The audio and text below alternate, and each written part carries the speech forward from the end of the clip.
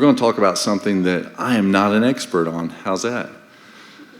Jody can attest to this, that I struggle with this almost daily. Okay, so we're going to talk a little bit about communication and a little bit about what the Bible says about communication. And we're also just going to talk about communication amongst ourselves. And then we'll have a little project at the end. How's that sound? So we get split up into teams, and it'll be a contest because everybody likes a contest, right? So, well, I'm going to give you some facts about communication, okay? So women speak about 20,000 words each day. 20,000. Give me a guess on how many men speak. 2,000. 7,000. Guys, we're toast. We don't have a chance. It's like me getting 4 other guys and we go play the Los Angeles Lakers. You know, so see what we're up against? Women are professionals at this, and we're just rookies. So we have to work a lot harder than women do to communicate. Fun fact, women spend more time wondering what men are thinking than men spend thinking. Wouldn't you agree, guys?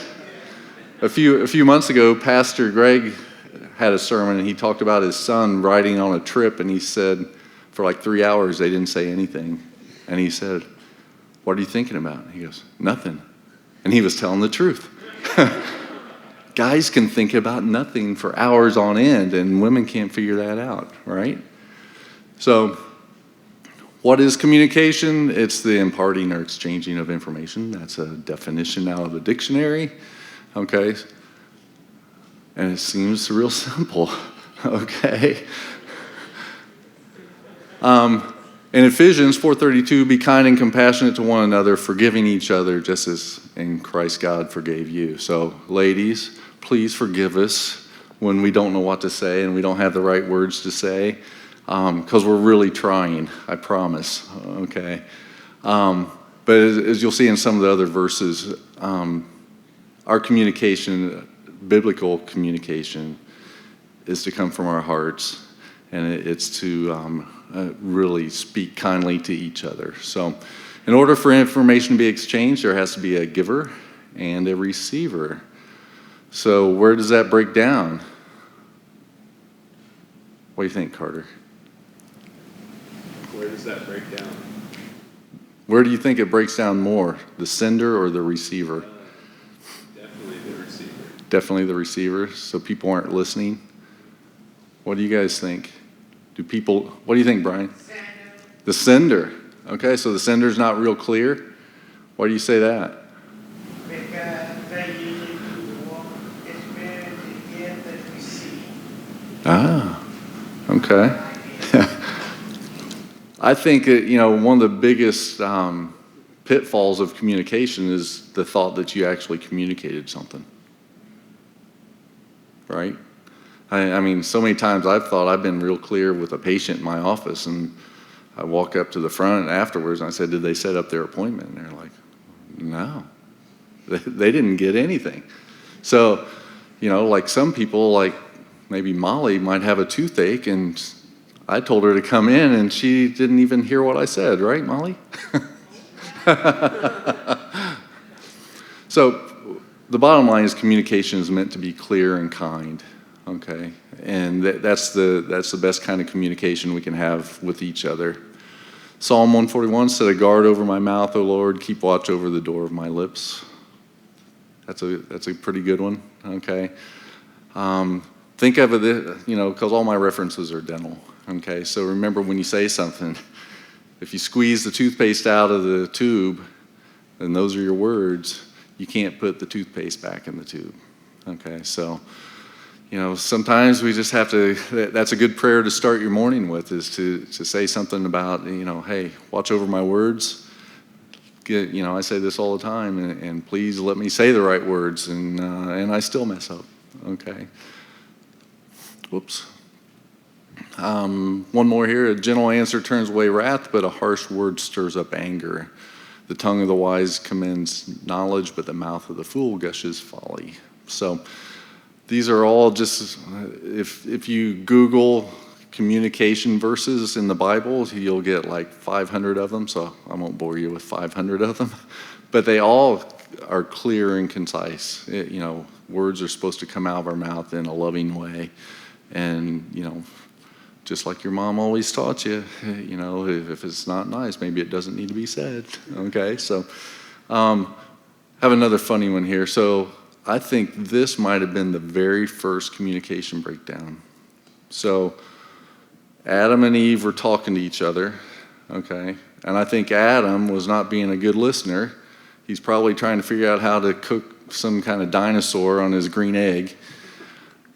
And so Eve stoops so low that she goes and talks to a snake. Who likes snakes in here? Who would run if you saw a snake? Who would need a change of clothes if you saw a talking snake?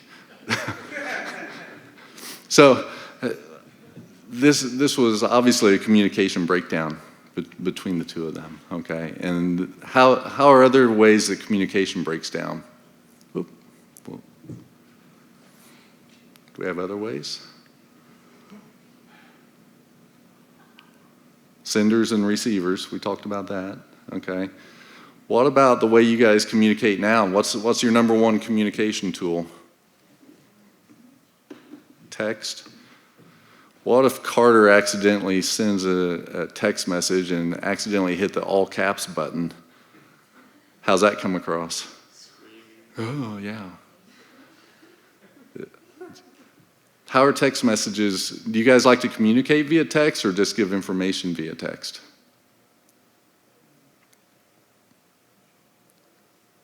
You can talk. Yeah? I personally don't like communicating through text. It doesn't seem very personal. It doesn't. And I think the way I feel, sometimes you read into things that you don't need to be reading into. You're like, why did they say it that way? Right? When they didn't really say it that way. That's just how they wrote it down. What do you think? How about talking on the phone? Do you guys even talk on the phone anymore, or is it all text? Talk on the phone? That's a little clearer. And you still can't see expressions, okay? You still can't see things, you can't see body language that people have. So certainly, if it's important and you can talk face to face, that's what we need to do, okay? And make it a priority.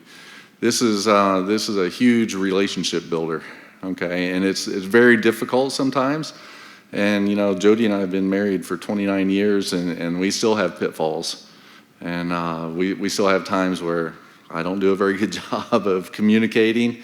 And we both agree, though, that we're not going to communicate in a text message. Anything that's important. Pick you up at 5, that's one thing.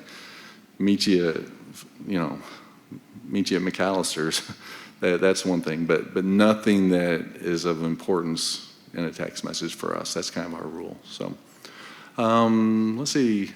Dear brothers, take note of this. Everyone should be quick to listen, slow to speak, and slow to become angry. So there, we kind of talked about this. What are other ways that communication can break down? Brian? Social media. Social media? Oh, definitely. Like to catch up with friends, like high school friends, like middle school friends, like college friends, your former co-workers. Social media is rough right now. I struggle more on, there are some social medias that who's talking, but sometimes people hide behind some kind of picture that's not really them and a name that's not really them, and then they feel like they can say anything. So, what are you thinking? My mom, her text messages are messed up all the time when she uses swiping. Oh, okay. So her messages are almost never clear. I think it's funny people who do the voice thing too. That it doesn't always come across. It's usually dads that do that.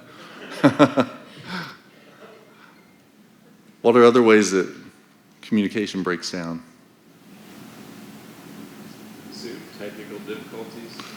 technical difficulties, okay? Sometimes maybe the timing's not right, okay? Sometimes, Carter, you go to your lovely bride and say, hey, I need to talk about this right now, and she's like knee-deep in some kind of project, and maybe that's just not the right time, or vice versa. Maybe we flip that around, because let's face it, guys cannot think about more than one thing at a time. Would we agree?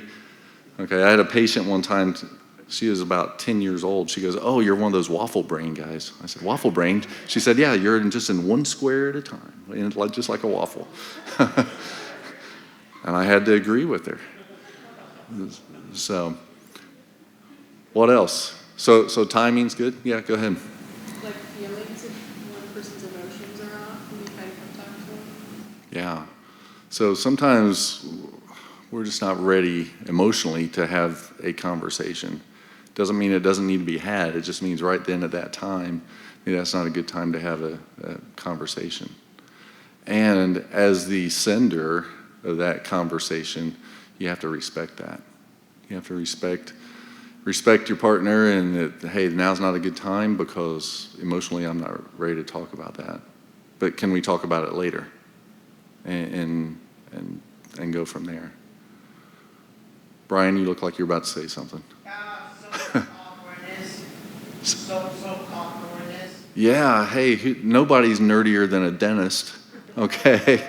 Nobody has more social awkwardness than us. Usually we have pencil protectors and pocket protectors and all sorts of stuff. So, but I get it. It's one thing to have a one-on-one with somebody, but it's hard to have a conversation sometimes within a group, just like this. I mean, some of you, if we were having this same conversation one-on-one, you'd have lots of input for me. But in front of a group of 30 or 40, it's not as easy to speak up. But it's safe here. It's always safe here. That's what I love about this group, okay? Kenzie and Alexa and all of them have set the groundwork for this group to be a safe place. And that's what, I hope you guys look forward to coming here, because I do every week. I'm like, sweet, we got to go over to Union Chapel on Tuesday. So, what else? What other ways can communication break down? Being overly self-critical. Overly self-critical? Okay. Tell me more.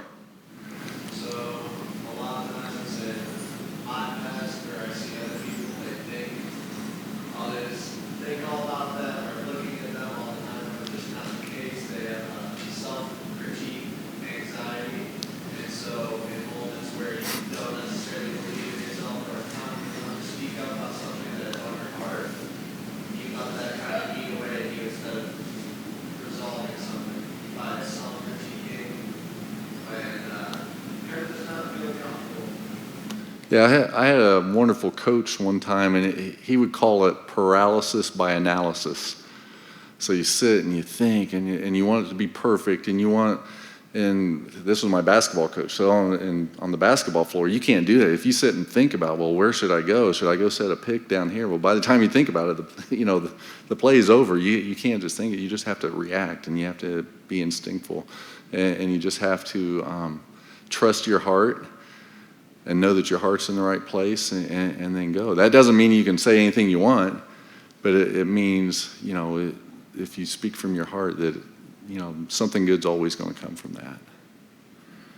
So who's one person, though? Well, it's not really a person, but who can you always talk to? God. Yeah.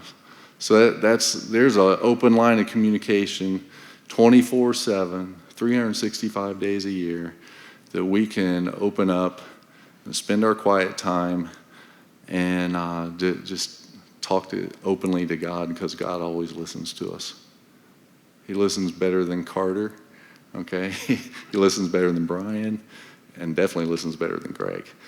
So just keep that in mind.